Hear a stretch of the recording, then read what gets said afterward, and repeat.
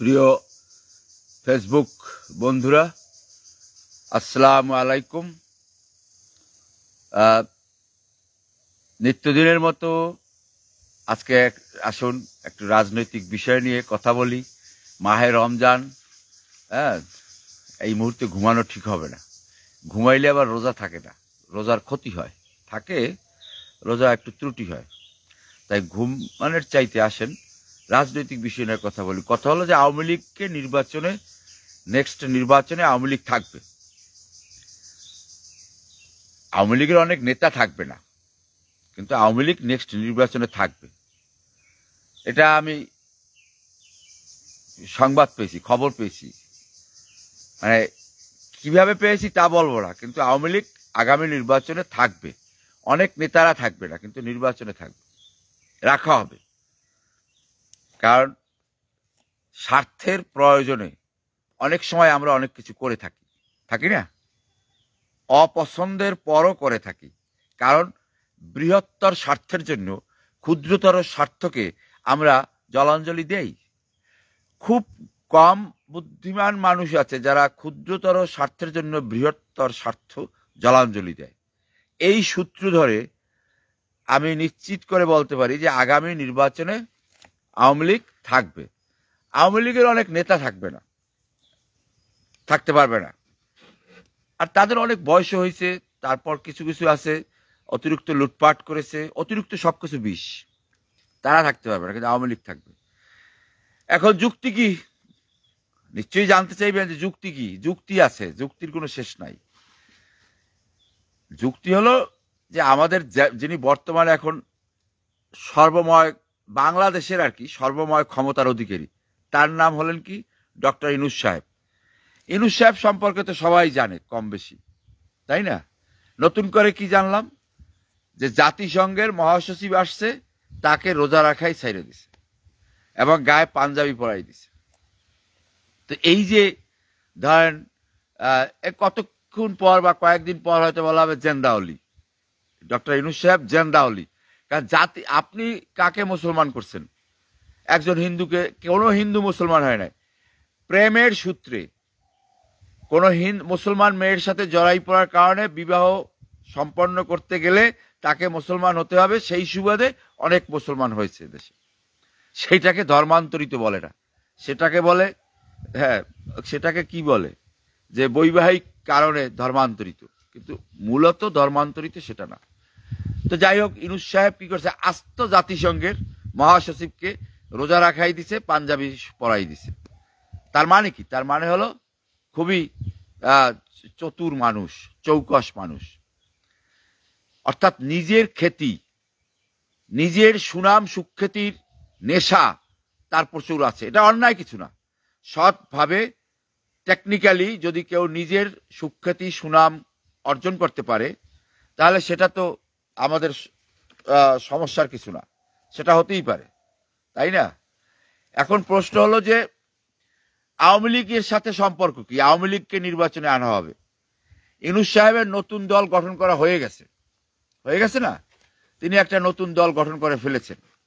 এখন তার দল নির্বাচন করবে, সেই দল জিতবে। সরকারে থাকা দলটা তো জিতবেই। বিএনপি তো নির্বাচনের জন্য প্রায় উন্মাদ, অতএব সে আসবে। জামাত বি টিম হোক, এ টিম হোক, সে নতুন দলের সাথে এই নির্বাচনে আসবে। এরপর ডক্টর ইউনূস সাহেবের একটা মহাপরিকল্পনা হলো এই যে সকল নিবন্ধিত রাজনৈতিক দলকে এই নির্বাচনে আনা। যেমন বিকাশ নুরু, ববি হাজ্জাজ, পার্থ, আন্দালিব রহমান পার্থ, মাহমুদুর রহমান মান্না,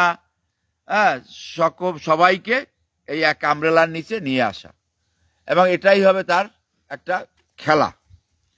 সে খেলতে ভালোবাসে, সে তো একজন খেলোয়াড়, আন্তর্জাতিক মানের খেলোয়াড়, তাই না? শেষ খেলাটা হবে তিনি আওয়ামী লীগকে আনবেন।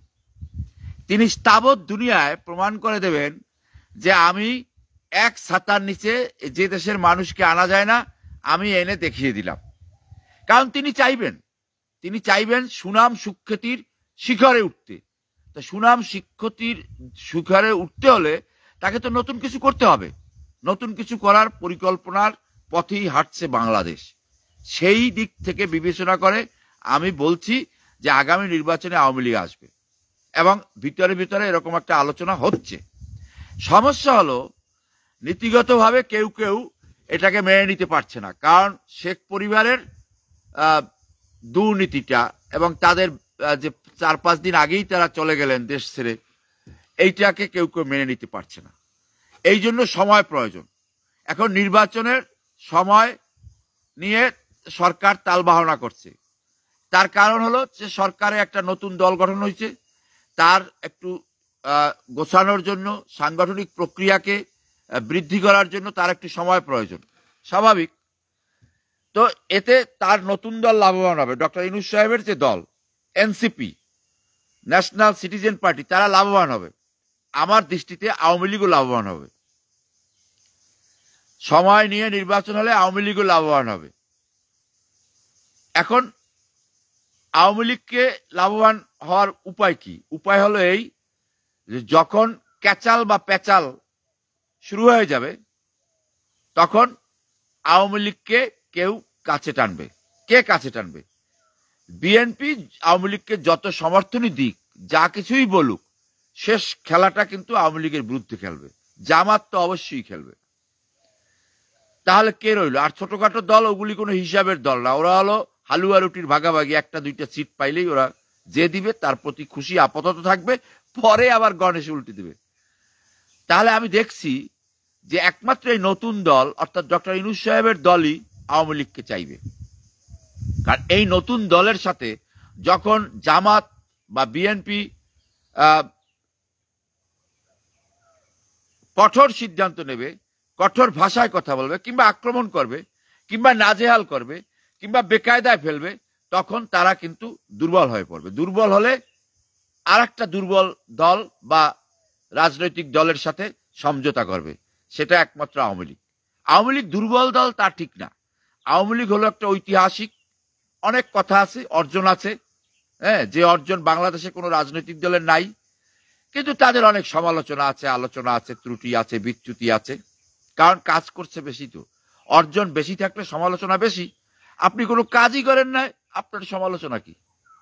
খেয়ে যান, চলে যান, খাওয়া শেষ, চলে যান। ঠিক তেমনি ভাবে আমার বিশ্বাস যে এই নতুন দল একসময় আওয়ামী লীগকে অনুভব করবে। তখন তারা বলবে যে, তখন অলরেডি ধরেন আওয়ামী লীগের যারা গ্রেপ্তার হয়েছে, লুটপাট করেছে, তারা তো নৈতিক কারণেই আর দেশে আসবে না, এবং যারা জেলখানায় আছে তাদের বিচার হবে। তারা এমনি ছেড়ে দিলেও নির্বাচনে দাঁড়াতে পারবে না, তাই না? আইনের জটিলতায় তারা নির্বাচনে অংশগ্রহণ করতে পারবে না। তখন আওয়ামী লীগও বসে থাকবে না। আওয়ামী লীগ করার জন্য, আওয়ামী লীগের নেতৃত্ব দেওয়ার জন্য ডক্টর ইউনূসের মতো বা সমপরিমাণ যোগ্য লোকও বাংলাদেশে আছে, ঠিক আছে, যারা আওয়ামী লীগকে নেতৃত্ব দেওয়ার মতো যোগ্যতা রাখে এবং নেতৃত্ব দিতে চায়। কিন্তু আওয়ামী লীগ তাদেরকে সাইড দিত না। বিশেষ করে শেখ হাসিনা বা শেখ পরিবার সেই লোকগুলিকে জায়গা দিত না, যার কারণে তারা আওয়ামী লীগ করতে চাইলেও করতে পারে নাই, দূরে সরে চলে গেছে, তাই না? ইদানিং আপনারা লক্ষ্য করেছেন অ্যাডভোকেট ফজলুর রহমানের মতো লোক তো আওয়ামী লীগের প্রোডাক্ট, জেদাই খান পান্না সাহেবের মতো লোক আওয়ামী লীগের প্রোডাক্ট। অতএব ভুলে গেলে চলবে না, আওয়ামী লীগের বীজ অত্যন্ত গভীরে। এখন আসি ডক্টর ইউনূস সাহেবের কথায়। ডক্টর ইউনূস সাহেব কি চায়? সেটাই তো হবে। ব্যক্তিকেন্দ্রিক, ক্ষমতা কেন্দ্রিক রাষ্ট্রে একজন ব্যক্তির ইচ্ছাই শেষ ইচ্ছা। গণতন্ত্র সাইনবোর্ড, ইসলাম সাইনবোর্ড, জাতীয়তাবাদ সাইনবোর্ড, বাট ব্যক্তিকেন্দ্রিক সিদ্ধান্তই আমাদের দেশে শেষ সিদ্ধান্ত। সেদিক থেকে আপনি যদি দেখেন যে ডক্টর ইউনূস সাহেব কি চায়, ডক্টর ইউনূস সাহেব চায় তার উন্নতি। একটু স্বার্থপর, সে তার খ্যাতি এবং তার উন্নতির শিখরে পৌঁছতে চায়। অনেক দূর গিয়েছে, এগিয়ে আরও পুষতে চায়। কারণ আমরা তো লোভী, ডক্টর ইউনূস সাহেবও লোভী। কিরকম লোভী? খ্যাতির লোভী, সুনামের লোভী। তার সুনামটাকে পৃথিবীব্যাপী ছড়িয়ে দিতে চায়, ছড়িয়ে আছে, তারপর সেটাকে যতখানি করা যায়। অ্যারিস্টটল হতে চায়, সক্রেটিস হতে চায়, স্বাভাবিক। একজন শিক্ষিত মানুষের উচ্চাকাঙ্ক্ষা তো থাকবেই, থাকতেই পারে, থাকা উচিত, সে সেটা চায়। অর্থের কাঙাল বা অর্থের লোভী ডক্টর ইউনূস সাহেব আমি একমত না। সে অর্থকে তার সুনাম সুখ্যাতির জন্য ব্যবহার করে, এটা সত্য। এখন ইউনূস সাহেবের কৌশল হলো টেকনিক্যাল কৌশল, কারণ তিনি তো কোনো সৈনিক না, তিনি কোনো যোদ্ধা না, তিনি কোনো ফাইটার না, তিনি টেকনিক্যাল কৌশলী, টেকনিক্যালি কাজ করেন এবং সেটা তার নিজের স্বার্থে কাজ করেন। সেই কারণে আমি বলছি যে তার স্বার্থ কি, এখন তার বয়স যেই পর্যায়ে দাঁড়িয়েছে তাতে তার আর চাহিদারটাও তাকে লিমিট করতেই হবে, বাস্তবতায় আসতে হবে। তার বয়সটা তো বেশ, ইউনূস সাহেব এখন আর যুবক না, তরুণ তরুণী না, বেশ বয়োবৃদ্ধ মানুষ, কিন্তু ফিট আছে। তো যেহেতু ফিট আছে শারীরিকভাবে, অতএব সে চাইবে আর একটা ঝুঁকি নিয়ে আর একটা পৃথিবীর শীর্ষস্থানীয় একটা পর্যায়ে পৌঁছতে, যেখানে তার ফিলোসফি, যেখানে তার সভ্যতা, যেখানে তার ৩ শূন্যের বই, দারিদ্র্য বিমোচনে বিশ্ব, ইসলাম নিয়েও কিন্তু ডক্টর ইউনূস সাহেবের অনেকগুলি বই আছে। তো এইসব কাজে আসবে। এখন তার শেষ কাজটা কি, আমি ধরে নেব এটাই তার শেষ কাজ, যে বাংলাদেশের প্রধান উপদেষ্টা। এখন প্রধান উপদেষ্টা হিসাবে অনেক জটিলতা আছে, কথা ঠিক। এখন যদি তিনি এই জটিলতাকে সমস্যার সমাধান করতে পারেন, তাহলে তিনি নিশ্চয়ই একটা সুখ্যাতির সুঘ্রাণ সারা পৃথিবীতে ছড়িয়ে দিতে পারা উচিত। অনেকে ডক্টর ইউনূস সাহেবকে সুদের কারবার বা সুদের ব্যবসায়ী বলে, আমি বলি না। তারপর যদি সুদের ব্যবসায়ীরা কিন্তু খুব হুঁশিয়ারি হয়, সাবধান হয়, সতর্ক হয়, তারা কিন্তু ফেল করে খুব কম, ব্যর্থ হয় খুব কম, সফল হয়।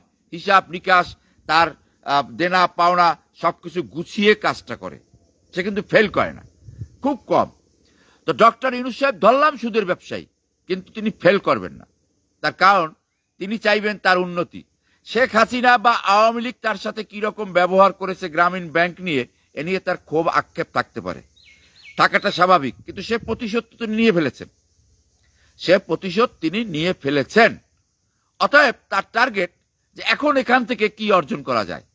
হ্যাঁ, অর্জন করার জায়গা আছে এবং নিশ্চয়ই তিনি করবেন। সেটা হলো ভুলে যাওয়া। তিনি ভুলে গেছেন তার টার্গেট এখন বিএনপিকে নির্বাচনে নিয়ে আসা, জামাতকে নিয়ে আসা, বিকাশ নূর, মাহমুদুর রহমান মান্না, ববি হাজ্জাজ, আন্দালিব রহমান পার্থ সহ সবাইকে আনা। কিন্তু আওয়ামী লীগকে যদি না আনা হয়, তাহলে কিন্তু তার সেই মিশন সফল এবং সার্থক হবে না। ইউনূস সাহেব অত্যন্ত স্বার্থপর মানুষ, পৃথিবীতে সবাই স্বার্থপর, আমি আরো স্বার্থপর, যদিও কোনো কাজে লাগে না। যাই হোক, ইউনূস সাহেব যদি আওয়ামী লীগকে বাদ দিয়ে সবাই নির্বাচনে আসে, তাতে কিন্তু ইউনূস সাহেবের সেই লক্ষ্য, টার্গেট, মিশন, ভিশন পূর্ণ হয় না, ক্ষত থেকে যায়, চাঁদেরও কলঙ্ক থেকে যাবে। যদি আওয়ামী লীগকে সেই নির্বাচনে আনতে পারে, তাহলে ইউনূস সাহেবের সফলতা। এবং ইউনূস সাহেব বাঙালি জাতি না, সারা বিশ্বকে অঙ্গুলি হেলনে দেখিয়ে দিতে পারবে যে দেখো, যে জাতি সম্পর্কে তোমাদের অনেক কথা, অনেক বক্তব্য, তাদের ঐক্য নাই, তাদের জাতিগতভাবে তারা একত্র বসবাস করা, শান্তিতে বসবাস করা এবং পছন্দ করে না, যাদেরকে তোমরা বলতা উগ্রবাদী, যাদেরকে বলতা গণতন্ত্র বোঝে না, তাদেরকে দেখো আমি সবাইকে, পক্ষ বিপক্ষ, শত্রু মিত্র, কালো নীল, লাল নীল, সবাইকে এক জায়গায় এনে ছেড়ে দিলাম। কারণ ডক্টর ইউনূস সাহেব জানে যে চিরদিন তো ক্ষমতায় থাকা যাবে না এভাবে।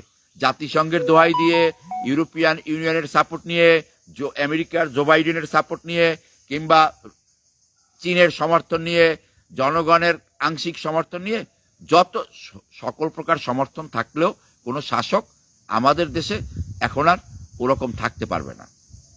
এবং তার পরিণতি তো ভয়ঙ্কর।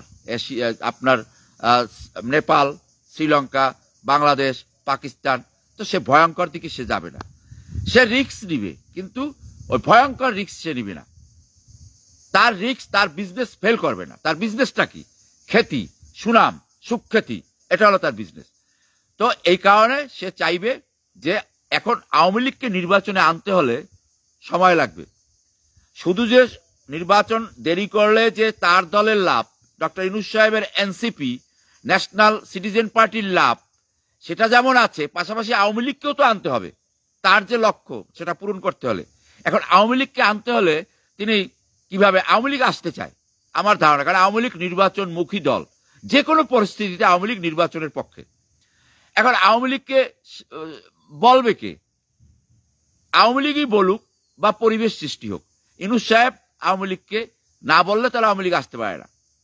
এখন আরেকবার সাধিলে খাইব, আওয়ামী লীগ সেই রকম পর্যায়ে হয়তো 15 দিন পর অবস্থান করবে যে আরেকবার সাধিলে খাইব, কিন্তু সাধিবে না। কিন্তু ইউনূস সাহেব টেকনিক্যাল লোক, আমি আগেই বলছি, তিনি পরিবেশটা এমন করবেন, ঘোলাটে করবেন যে আসতে বাধ্য হয় বা তারা আসার পরিবেশ সৃষ্টি হয়ে যায় ইউনূস সাহেব। কারণ যে হারে কয়েকদিন আগে দেখলাম যে আওয়ামী লীগের নেতার বাড়ি ভাঙচুর, আওয়ামী লীগের নেতা গ্রেপ্তার, আওয়ামী লীগের বঙ্গবন্ধুর বাড়ি তো ভাঙচুর করলো, ইট নিয়ে গেল, একটা ইট নিলে 10টা নেকি হাসিল হবে। মন্ত্রীর বাড়ি আওয়ামী লীগ ভাঙচুর মেচাকার করলো, হঠাৎ থেমে গেল। এখন দেখছি ধর্ষণ, বলাৎকার, মানে একটা হুজুররা, মাদ্রাসার হুজুররা বলাৎকারে শুরু হয়ে গেল, ইমাম সাহেবরা ধর্ষণে লিপ্ত হয়ে গেল। এছাড়া আসিয়াকে সামনে নিয়ে আসা হয়েছে। জামাত টেকনিক্যালি যেহেতু আসিয়াটার সাথে কোনো হুজুর জড়িত নাই, জামাত জড়িত নাই, এই জন্য আসিয়াকে সামনে নিয়ে আসা হয়েছে। এবং আজকে সকালে জামাতের আমির হেলিকপ্টার যোগে সেখানে আসিয়ার মায়ের সাথে দেখা করতে গেছে। কিন্তু আমি খুশি হইতাম যদি জামাতের আমির আজকে গৌরনদী উপজেলা শিবিরের সেক্রেটারি যে নারী ভোগ যৌন হয়রানি করছে যে নারীকে, সেখানে যদি আসতেন। তিনি সেখানে আসেন নাই। সেই গৌরনদীর শিবিরের সাধারণ সম্পাদকের যৌনতাকে ধামাচাপা দেওয়ার জন্য, মাদ্রাসার শিক্ষকদের বলাৎকারকে ধামাচাপা দেওয়ার জন্য হেলিকপ্টার যোগে ঘোড়ায় চড়িয়া মর্দ মাগুরা রওনা হইল এবং সেখানে আছে। এখন ধর্ষণটা বেড়ে গেল। তার মানে কি? এখানে জামাতকে বা ইসলামী রাজনীতির কথা যারা বলে তাদেরকে তিনি একটা কালার করলেন। এর আগে কি দেখলাম যে বিএনপি কয় টাকার চাঁদাবাজি করে, তারা তো ক্ষমতায় না, 2000, 500, 1000 টাকার চাঁদাবাজি করে, সেইটাকে কালার করে গরু চুরি এই সেই ইত্যাদি বলে বলে বিএনপিকে একেবারে সারা দেশে একটা রং চং মেখে দিয়েছে এবং বিএনপি বেকায়দায় পড়েছে। এবং নতুন দলের ছোট ছোট নেতারা তারা বিএনপির সিনিয়র নেতাদেরকে বলে যে আমরা হলাম তারা যারা বেগম জিয়াকে 17 বছর পর মুক্ত করে দিয়েছি, আপনাদের ভাইস প্রেসিডেন্ট তারেক জিয়ার মামলা থেকে অবমুক্তি দিয়েছি, আমরা হলাম তারা, এবং বেশ বরকায় যায়। সর্বশেষ মহিলা নীলুফার ইয়াসমিন টকশোতে বললেন যে আমরা যদি একটা ধাওয়া দিই বিএনপি তাহলে এই সরকার থাকে না। উত্তরে ওই ছোট ছোট নেতারা বললেন যে তাহলে 17 বছর ধাওয়া দিলেন না কেন? তার মানে বিএনপির কিন্তু এখন কথা বলার সুযোগ খুব কম, রাজনৈতিকভাবে যুক্তি কম।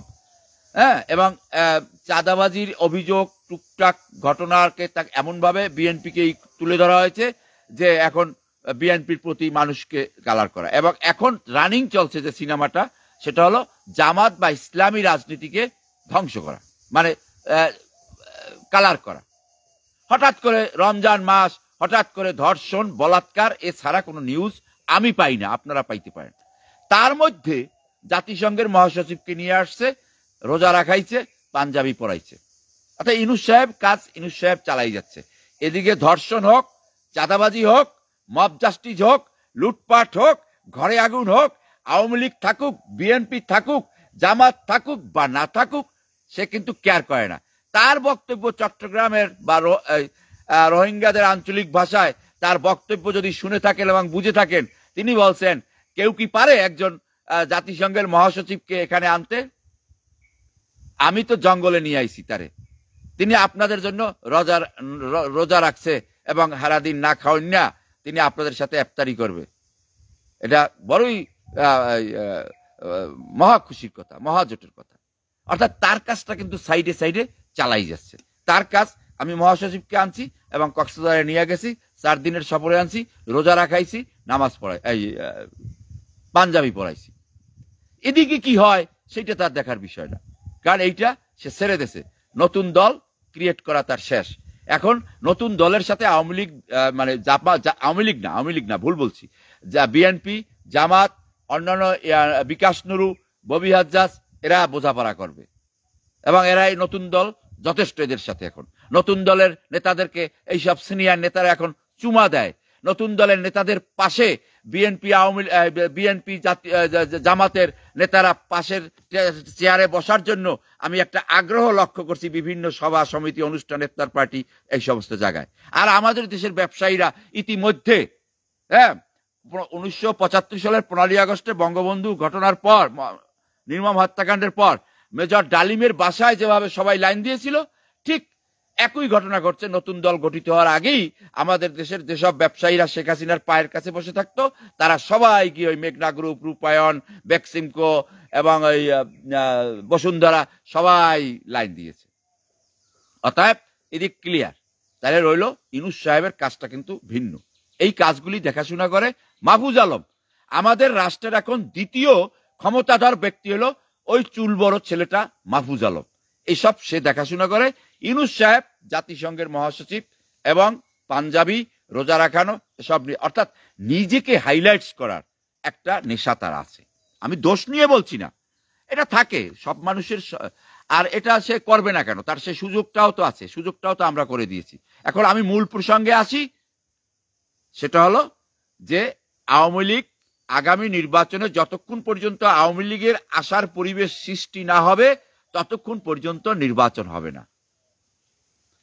আওয়ামী লীগ পরিবেশ সৃষ্টি হবে, আওয়ামী লীগও আসবে এবং সংসদে এতদিন তো আমরা অনেক কথিত গল্প শুনেছি যে বিএনপি বা জেনারেল জিয়া হলো বহুদলীয় গণতন্ত্রের প্রবক্তা।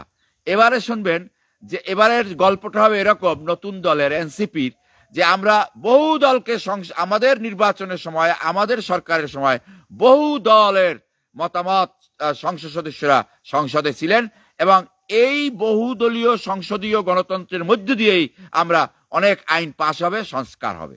জামাত থাকবে, বিএনপি থাকবে, মনে করেন বিএনপি বিরোধী দল হিসাবে থাকবে এনসিপি, অসুবিধা আছে? কারণ আওয়ামী লীগ থাকবে তৃতীয় পজিশনে। কারণ শেষ পর্যন্ত আওয়ামী লীগের সমর্থনে তো আর বিএনপি যাবে না, কোনোদিন যাবে না ঐতিহাসিক কারণে। জামাত যাবে না, তাহলে এরা যাবে কই? তাদের মাথার উপর তো নতুন দল, নতুন সরকার, ইউনূস সরকার। ইউনূস সরকার এমন একটা সরকার যেটাকে আপনি অনেক কিছু করতে পারেন, কিন্তু আন্তর্জাতিক রিকগনাইজেশন ইউনূস সাহেব অত্যন্ত শক্তিশালী, যেটা প্রমাণ পাচ্ছি আমরা। তাহলে আমাদের কাছে কে শক্তিশালী কে দুর্বল সেইটা আমাদের বিষয় না। আমাদের বিষয় যে আওয়ামী লীগের যারা দুর্নীতি লুটপাট করেছে তারা আসতে পারবে না, কিন্তু আওয়ামী লীগকে ওই রকম বেছে বেছে আওয়ামী লীগকে নির্বাচন ছাড়া আওয়ামী লীগের নির্বাচন হলে ডক্টর ইউনূস সাহেবের লাভ নাই, সফলতা নাই। তার যে লক্ষ্য সেটা অর্জন করতে হলে তাকে আওয়ামী লীগকেও আনতে হবে, সবাইকে আনবে। এটাই হলো তার, কারণ সে ভীষণ স্বার্থপর, সে ভীষণ লোভী। তবে এই লোভটা অন্য ধরনের লোভ, এই স্বার্থটা অন্য ধরনের স্বার্থ। আওয়ামী লীগকে নির্বাচনে আনাটাই এখন মূল চ্যালেঞ্জ ডক্টর ইউনূস সাহেবের। এটাই আমার মূল কথা এবং আমার বিশ্বাস তার নিজের স্বার্থে, ব্যক্তিগত সফলতা, শেষ বয়সের সফলতা, শীর্ষে দুনিয়ার শীর্ষ ব্যক্তি হওয়ার লক্ষ্যে তিনি এই কাজটা করবেন এবং সেদিকেই হাঁটছে বাংলাদেশ। আজকের মতো এখানেই শেষ করছি। ধন্যবাদ সবাইকে। আবার দেখা হবে অন্য কোনো সময়, অন্য কোনো ভিডিওতে। আসসালামু আলাইকুম।